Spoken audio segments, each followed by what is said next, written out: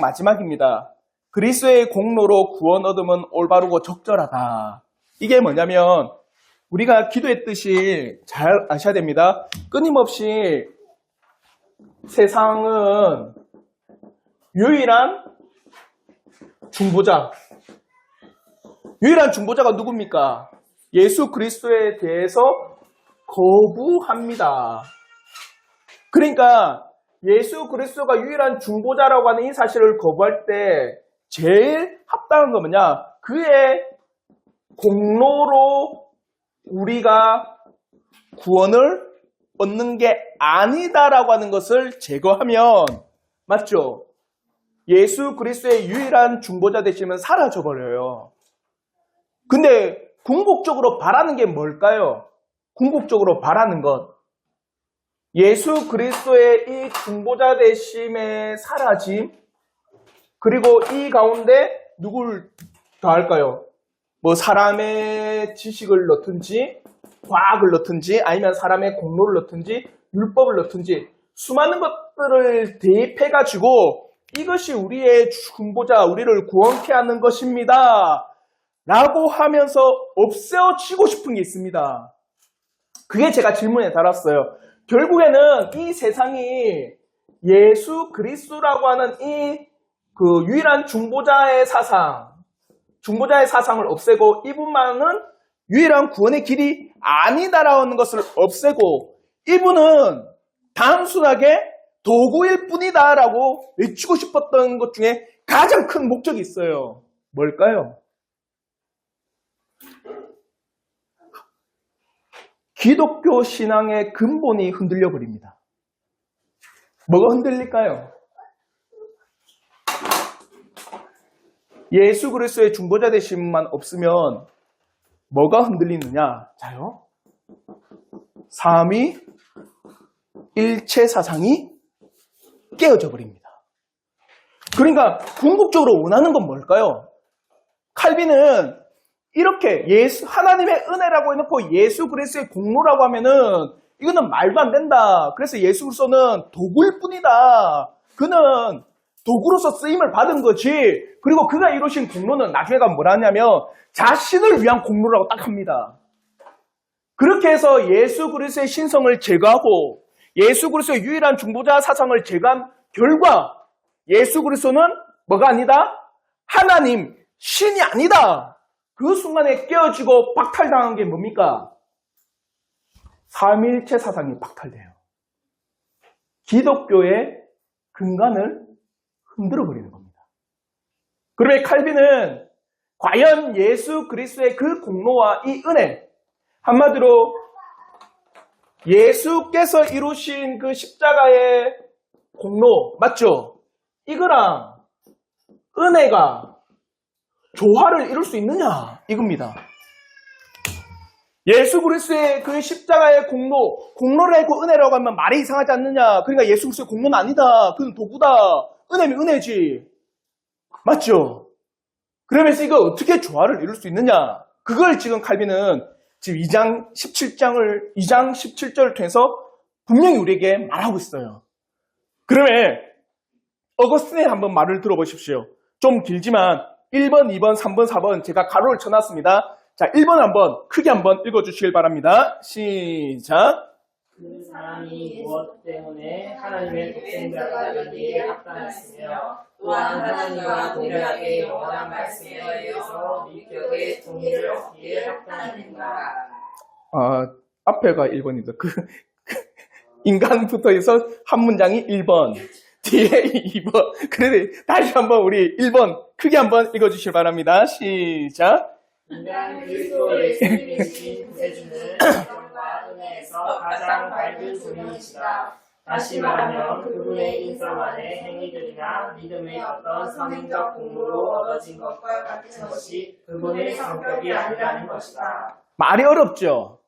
그래서 제가 설명을 1번 밑에 설명 달았어요. 뭐냐면 예수께서 그가 행하신 구속의 일들을 통해서 이제 그가 구원자로서의 성격을 나타내는 게 아니다. 이거예요. 한마디로 예수 그리스도께서 십자가의 공로를 졌기 때문에 그가 구원자다.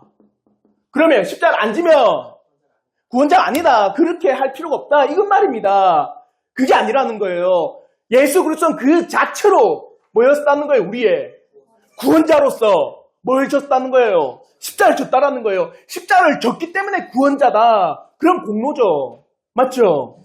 그러니까 예수 그리스도가 우리의 구원자가 되었다라는 것은 그가 구속의 일들을 통해서가 아니라 그 자체로서 구원자로 우리에게 보냄을 받은 존재라는 거예요.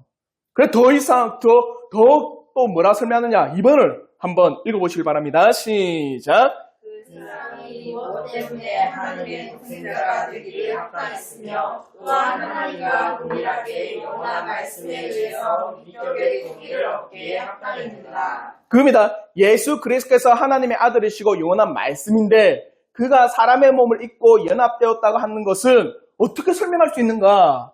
바로 하나님께서 예정하신 놀라운 은혜의 일이 아니고선 설명할 수가 없다. 한마디로 그 사람이 무엇 때문에 하나님의 독생자가 되기에 합당했으며 또한 하나님과 동일하게 영원한 말씀에 의해서 위격의 통일을 얻기에 합당했는가? 한마디로 십자가를 졌기 때문에 합당한 분이 아니라 그는 예정되어서 어떻게 해요? 우리에게 보내졌기 때문에 합당한 분이었다. 그걸 말하는 겁니다. 다시 한번 3번을 우리 한번 읽어보겠습니다. 시작. 그러므로 우리 머리이신 그분이 모든 은혜의 기반이심을 인정해야 한다. 한마디로 참 하나님이신 예수 그리스도께서 사람의 몸을 입으시고 구원의 성취를 위해서 구속의 일들을 행하신 이 모든 것은 어디에 근거하고 있다? 하나님의 예정에 근거한 은혜가 기초다. 칼빈은 이걸 설명하고 싶은 거예요. 이거예요.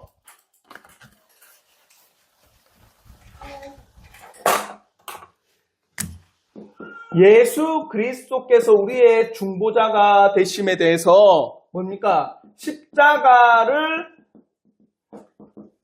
졌기 때문, 한마디로 이 십자가를 졌다라는 그 사실, 아니면은 십자가를 진 그때부터 우리의 뭐가 됐다는 거예요? 구원자가 됐다라는 거예요. 과연 그러면 우선은 뭡니까? 십자가를 지는 게 우선이겠죠. 맞죠? 십자가를 져야 우리의 구속자가 되니까 십자가가 우선이고 그리고 나서 우리의 구원자가 나오는 거예요. 한마디로 십자가가 있고 구원자가 있다. 근데 어스틴으로부터 칼빈으로 설명하고 싶은 건 뭐냐? 아니다. 뭐라고 하는 겁니까? 하나님의 예정이 뭘 요구한 겁니까? 예수 그리스도의 성육신을 요구한 거잖아요. 그리고 나서 뭘 진 거예요? 십자가를 졌다는 겁니다. 이해가 되죠? 십자가를 졌기 때문에 예수 그리스도 우리의 구원자다. 이게 아니다. 우선을 봐라. 하나님께서 예정을 하셨다. 예수 그리스도 이 땅에 보내시고자 예수 그리스도 이 땅에 우리의 구원자로 예정해 놓으시고 때가 되어서 어떻게 한 겁니까? 사람의 몸을 입게 하시고 때가 되어서 십자가를 지셨다. 그러니까 예수 그리스도가 구원자로 보내심을 받기 이전에 뭐가 있었다는 겁니까? 그렇죠. 하나님의 예정이 있었다는 거예요. 아시겠죠?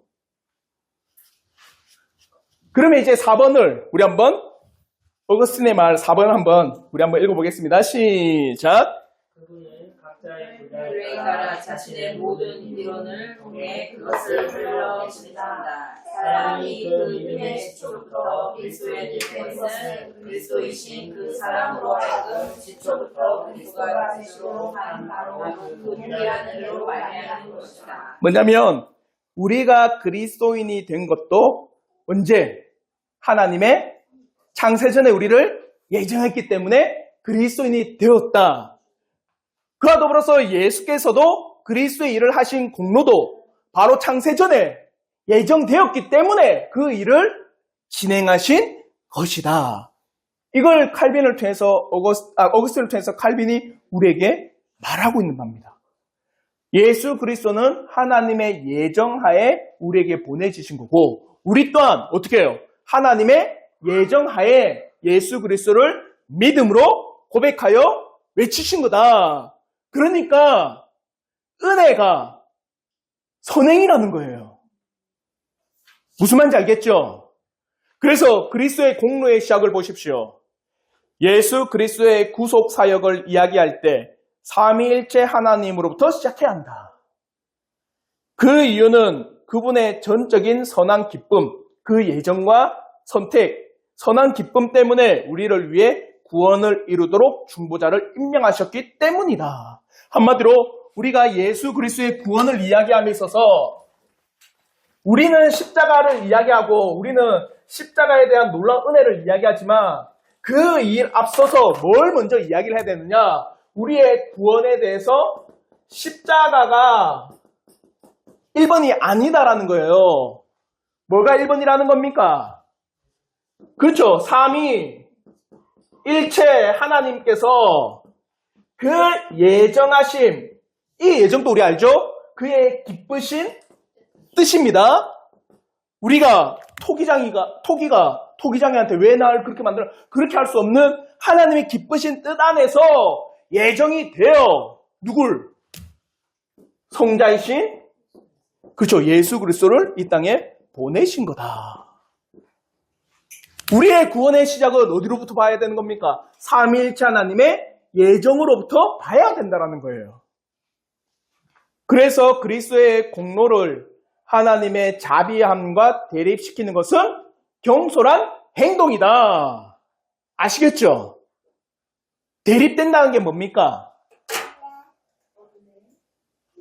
공로와 자비는 반대되는 거다. 이렇게 이야기한 건 참 경솔한 거예요. 보십시오. 그 예정대에서 성자이신 예수 그리스도 이 땅에 보내신 분은 하나님의 뭡니까? 예정이잖아, 맞죠? 그 예정을 다른 말로 하면 예수 그리스도를 예정하여 이 땅에 보내신 분은 하나님의 뭡니까? 섭리, 뜻, 하나님의 어떤 성품? 자비하심이에요. 자비와 그 사랑에 근거하여서 예수 그리스도를 땅에 보내셨다. 한마디로 하나님의 자비와 사랑이 없다면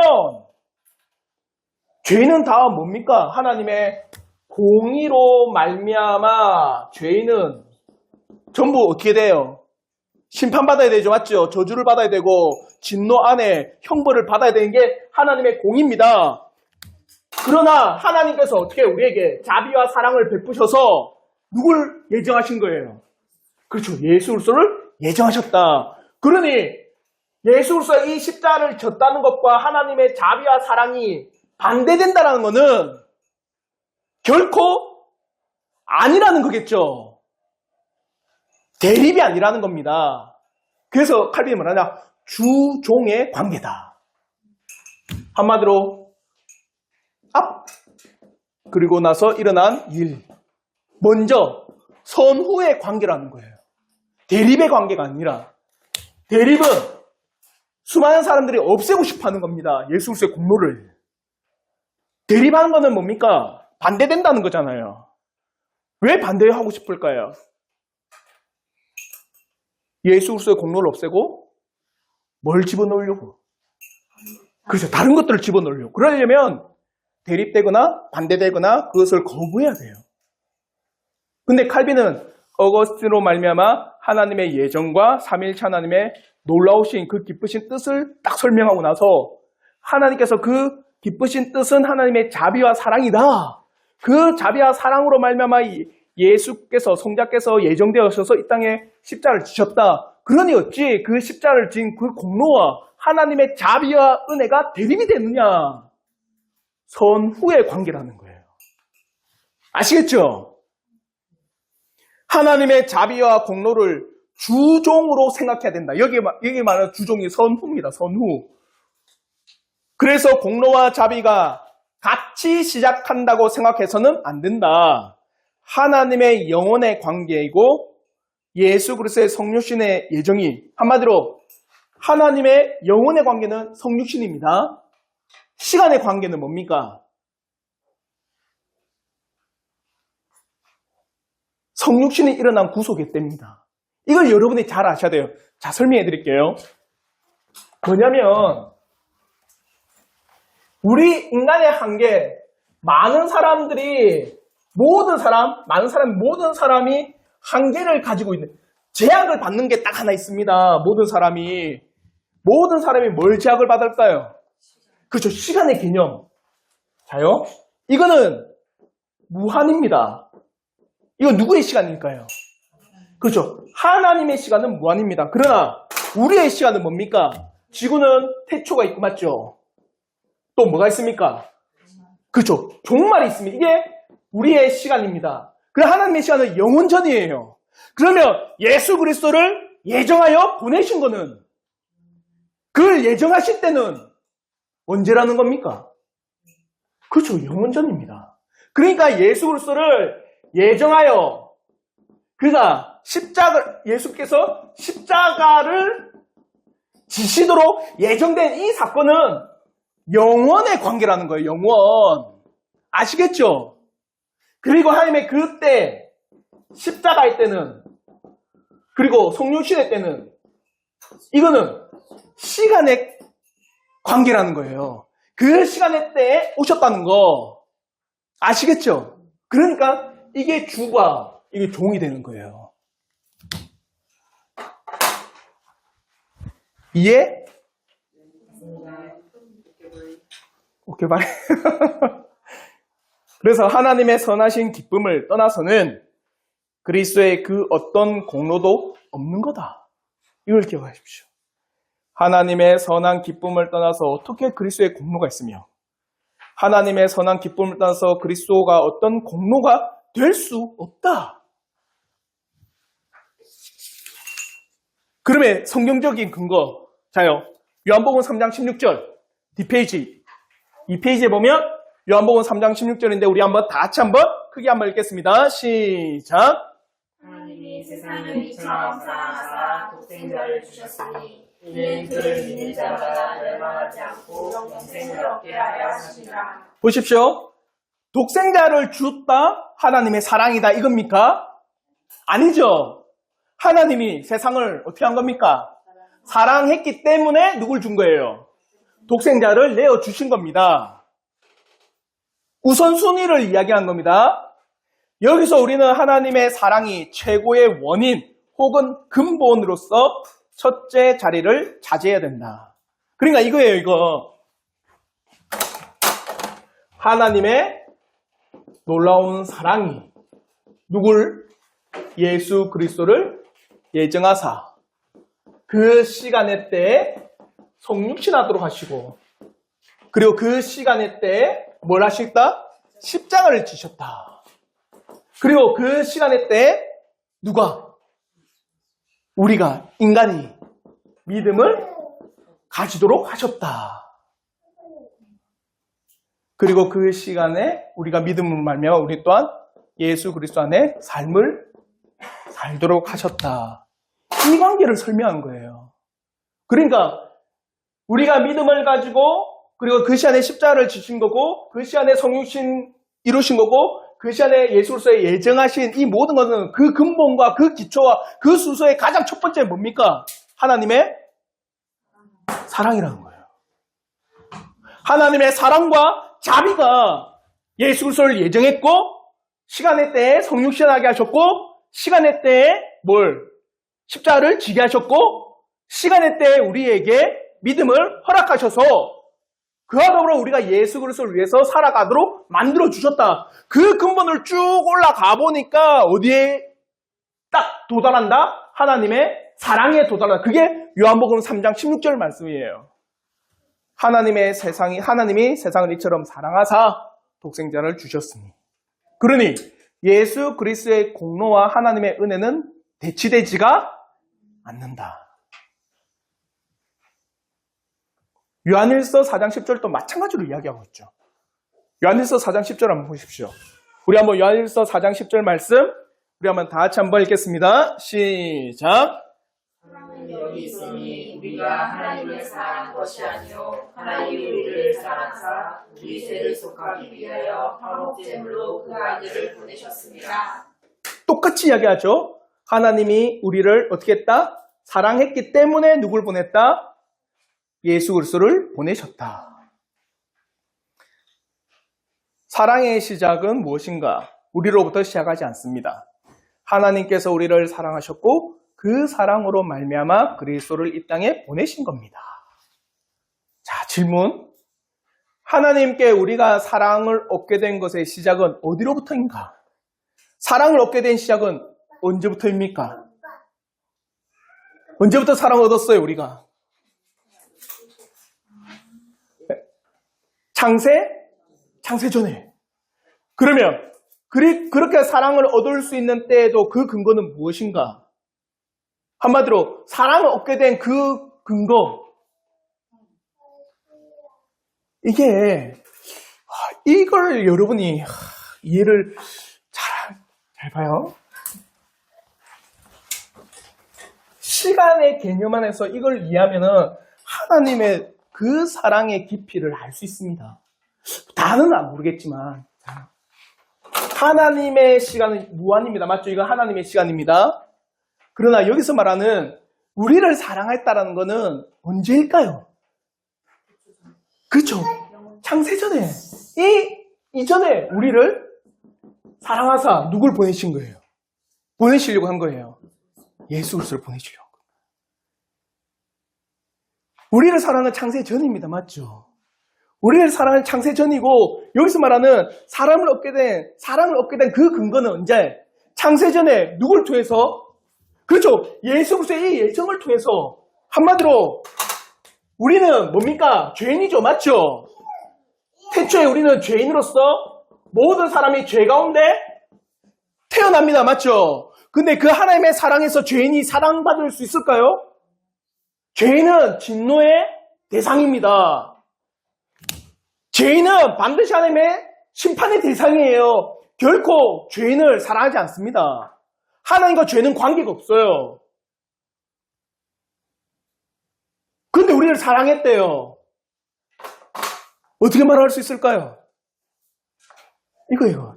창세전에 누굴 예정하셨어요? 예수 그리스도를 예정하여 우리를 예수 그리스도 안에서 사랑하셨다는 거예요.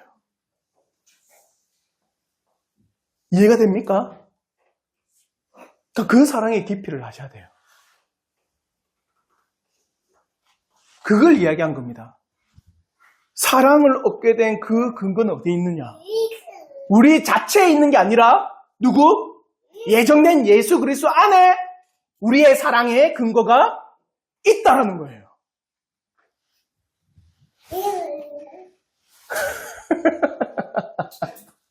예봄이도 열심히 옆 공부하고 있어요, 지금. 자, 첫 번째. 하나님의 은혜와 예수 그리스도의 공로는 대치되지 않는다. 예수 그리스도의 은혜는 예수 그리스도의 공로는 곧 하나님의 은혜의 결과다. 자, 이거는 이제 해결됐습니다. 맞죠? 두 번째 뭐냐? 그리스도의 공로에 대한 성령의 증거 및 그리스도의 대소. 한마디로 예수 그리스도께서 이루신 공로는 자신을 위해서 이루신 것이 아닌 우리를 위하여 성부께 은혜를 얻어주신 것이다. 이해가 되죠? 예수 그리스도의 십자가를 진 거는 누구 때문이다? 죄인인 우리 때문이다. 그리스도께서 우리의 죄에 대하여 보상을 하셨다면, 우리가 진 형벌을 그가 치르셨다면, 그가 자신의 순종으로 하나님의 진노를 가라앉히셨다면 그것은 곧 그가 자신의 의로 말미암아 우리를 위하여 구원을 얻어주신 것이며, 또한 이것은 결국 그의 공로로 이루신 것과 같다는 사실을 즉히 당연한 것으로 받아들여야 한다. 왜 끊임없이 이야기하느냐? 뒤에 그게 나와 있어요. 많은 사람들이 뭐라느냐? 어떤 분은요, 예수 그리스도께서 이루신 율법은 누구를 위하여서 이룬 거라 생각하는지 아세요? 본인. 예수 자신을 위하여서 뭘 이룬 거예요? 율법을 이루었다라고 이야기합니다. 왜 그럴까?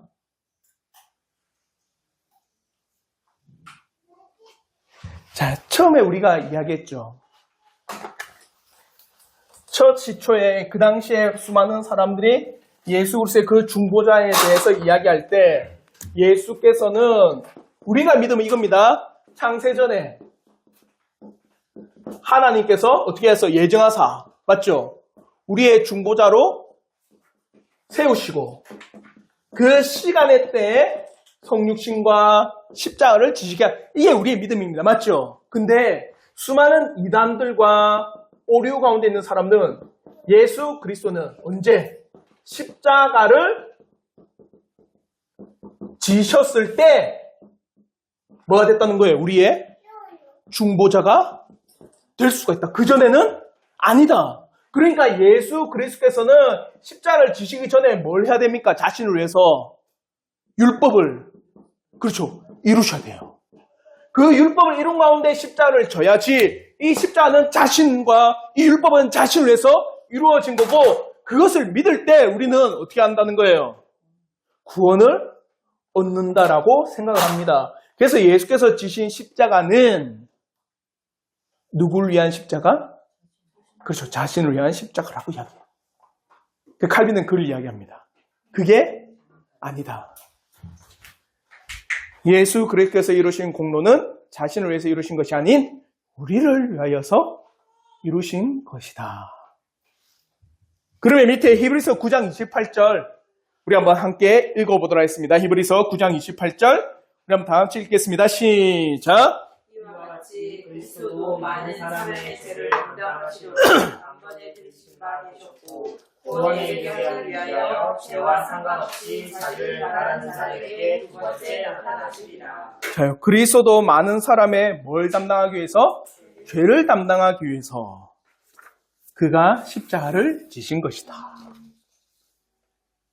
그러면서 5절부터 6절에 3페이지에 보면 칼빈은 그리스도의 죽으심은 우리의 구속의 대가이지 자기의 공로를 얻기 위한 것이 아니다라고 분명하게 못 받고 있습니다.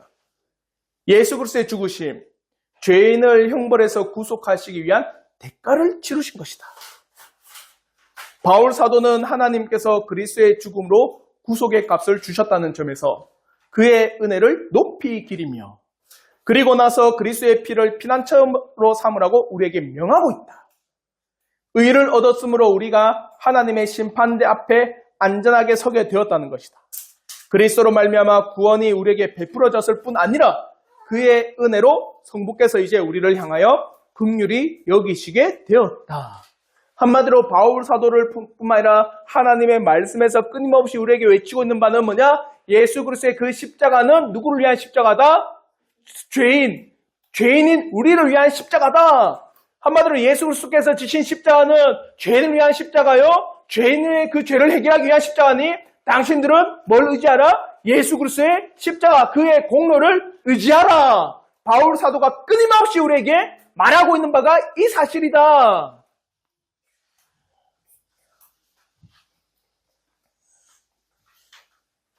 롬바르드 및 스콜라 신학자들의 말을 한번 들어보십시오.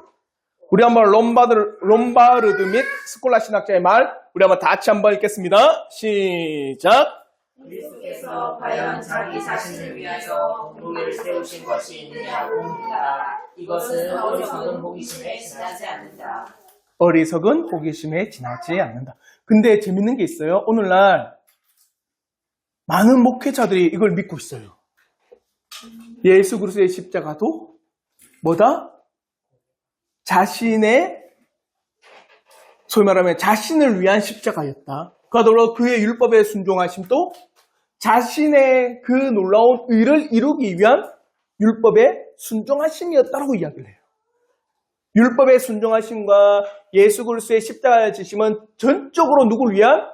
죄인인 우리를 위한 율법의 순종이요. 율법의 그 십자가를 지신 놀라운 대속의 사건이다라는 것을 우리에게 분명히 알고 있습니다.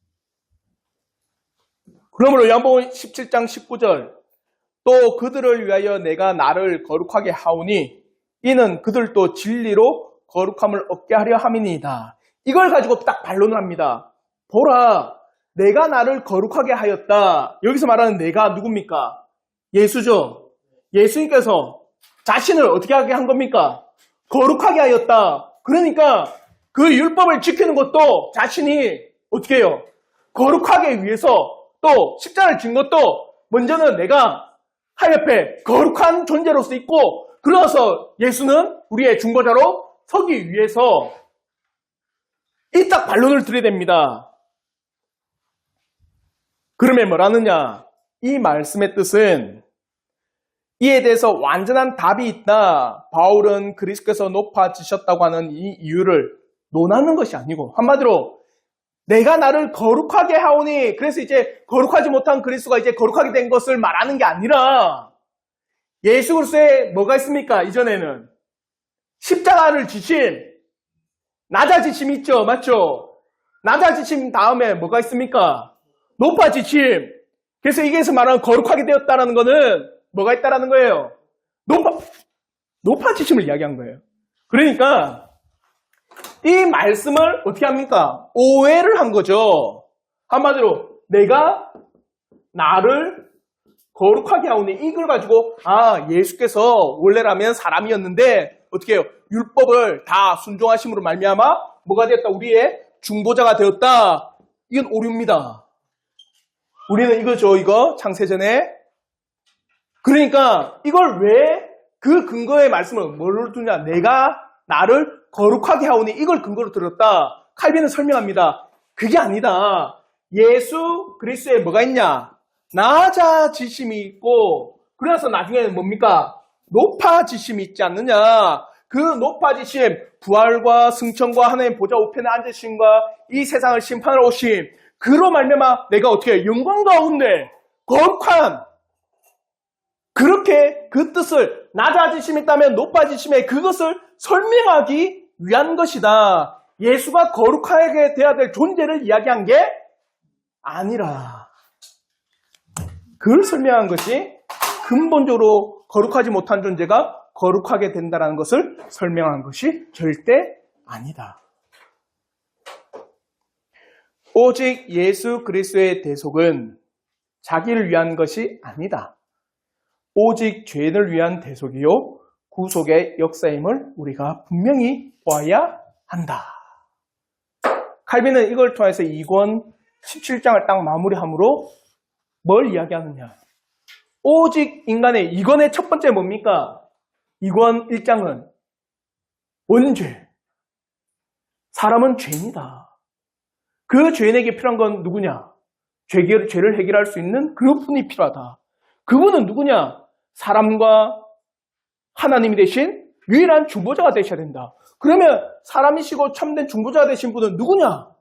예수 그리스도다.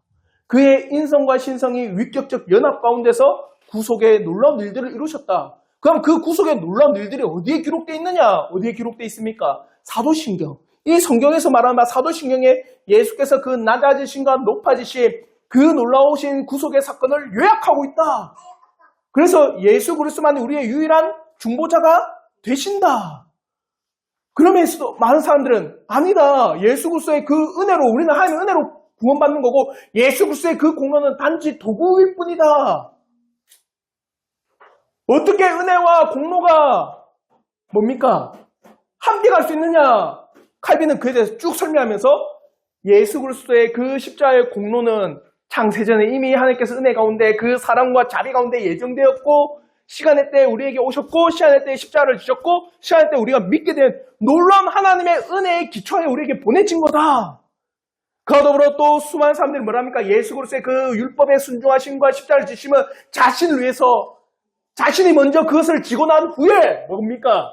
사람들에게 교훈적으로 비춰주고 그래서 이분이 우리의 구원자로서 나타내 보이신 거다. 아니다. 예수 그리스도의 그 율법에 순종하심과 십자가를 지심은 순전히 누구를 위해서? 죄인인 우리를 위해서 율법에 순종하심과 더불어서 십자가를 지신 놀라운 은혜의 일들을 행하신 거다. 그러니 너희들은 온전한 유일한 중보자이신 누구를 의지하라? 예수만을 의지하십시오.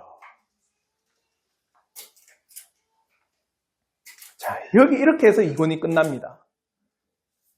우리가 다음 주에 상권을 할 건데 상권은 그러면 뭐가 나올까요? 예수 그리스도를 의지하십시오 하면은 뭐가 또 등장해야 됩니까? 여러분 한번 생각해 보세요. 예수 그리스도를 의지하라고 하는 예수 그리스도만을 붙잡고 예수 그리스도만을 믿고 나가라. 그게 당신의 유일한 중보자고 그게 너희들의 유일한 구원의 길이다. 그럼 이제 상권에서 뭘 말해야 될까? 그렇죠. 어떻게 예수를 믿느냐? 어떻게 예수를 믿느냐라고 한 건 뭘까요? 1권은 신론입니다. 신론. 창조주 하나님에 대한 지식. 2권은 뭡니까? 원죄. 인간은 부패하였다. 부패한 존재에게는 뭐가 필요하다? 중보자가 필요하다. 기독론이죠. 그러니까 우리는 원죄론도 다뤘고 기독론도 다뤘고 그 전에는 하나님, 신론을 다뤘어요. 기억이 안 나지만 신론도 다뤘고 원죄론도 다뤘고 인간론이죠, 원죄는. 그리고 기독론도 다뤘습니다. 그러면 예수 그리스도를 믿는다는 건 뭡니까? 예수 그리스도를 믿는 것? 그게 뭐예요? 믿음. 그러니까 그 믿음을 통해서 우리가 뭘 얻어요? 그죠. 구원론을 그래서 다루는 거예요. 그래서 3권에서는 구원론을 다룹니다. 3권이 이제 우리가 어떻게 믿느냐. 그래서 3권 1장이 성령 하나님의 은혜로 말미암아 당신들이 믿음을 고백할 수 있습니다. 우리 대유리 문답과 똑같죠? 그래서 칼빈의 기독교 강요를 통해서 또한 이 뭡니까? 대유리 문답이 작성되는 그 놀라운 기초가 될 수도 있어요. 다음 주에는 우리가 한번 구원론에 대해서 다루도록 하겠습니다. 혹시 질문 있으시면